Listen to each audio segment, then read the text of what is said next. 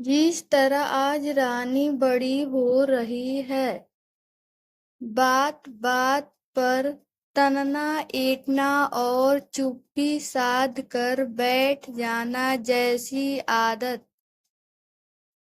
8-10 वर्ष की उम्र से लड़कियों में शुरू होने लगती है। खेलने से मना करो तो बेटियां झल्लाने लगती हैं। पढ़ने के लिए कहो तो काटने दौड़ती हैं।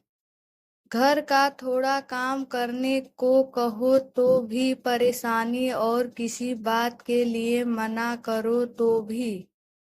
प्रिया के साथ जो पहली घटना घटी थी वह गायत्री को अब तक याद है।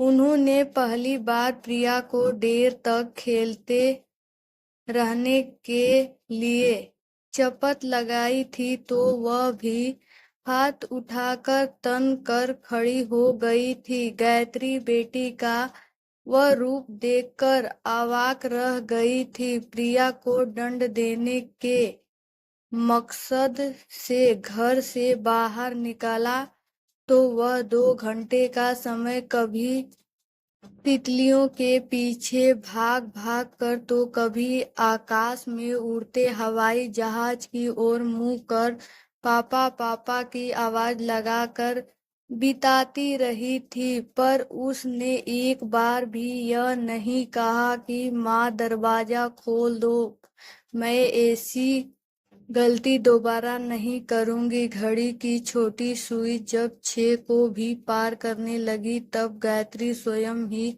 दरवाजा खोलकर प्रिया को अंदर ले आई थी और उसे समझाते हुए कहा था, ठीक एक बार भी तू यह नहीं कह सकती थी कि माँ दरवाजा खोल दो। प्रिया ने आंखें मिलाकर गुस्से से भरकर कहा था, मैं क्यों बोलूं, मेरी कितनी बेइज्जती की तुमने।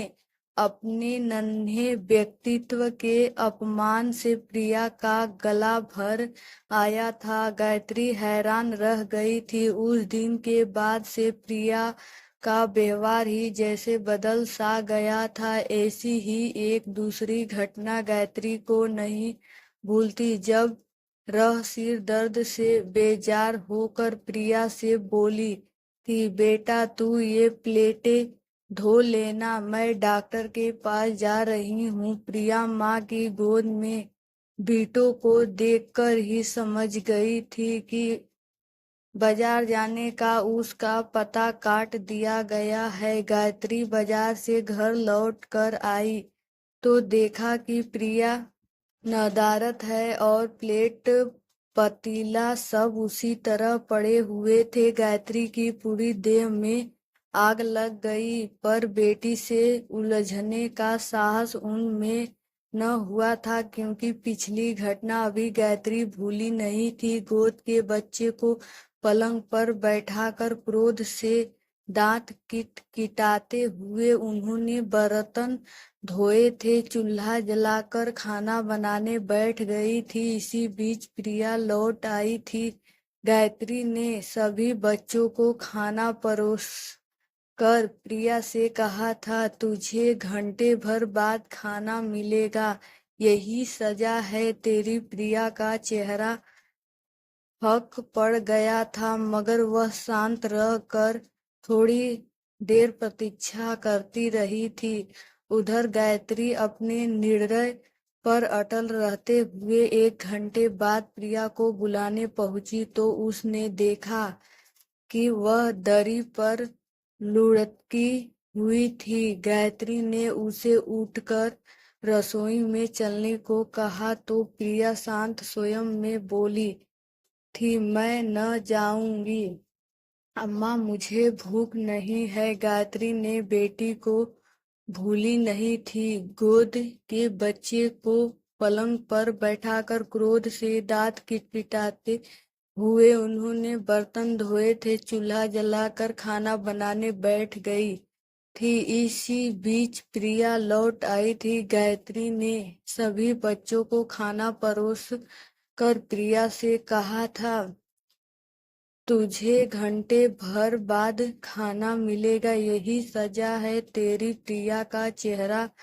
फक पड़ गया था, मगर वह शांत रहकर थोड़ी देर प्रतीक्षा करती रही थी।